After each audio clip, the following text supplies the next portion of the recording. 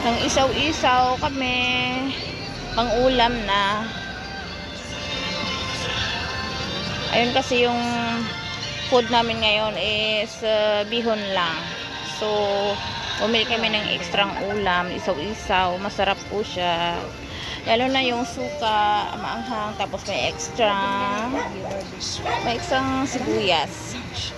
Tapos ang gwapo ng tindero, oh. Ayan.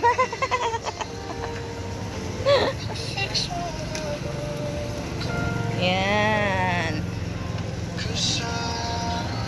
Masarap.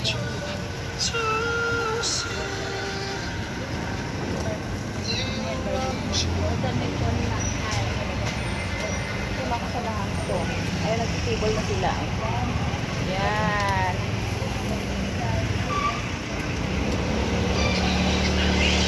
Hi! Ang sarap ng buhay niyo dyan.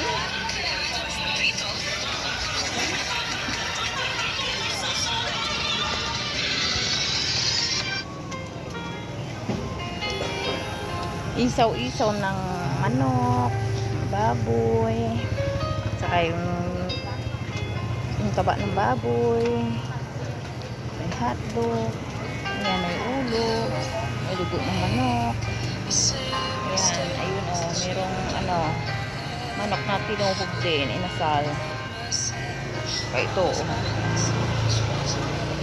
mga balon-balunan, saka atay, saka baboy,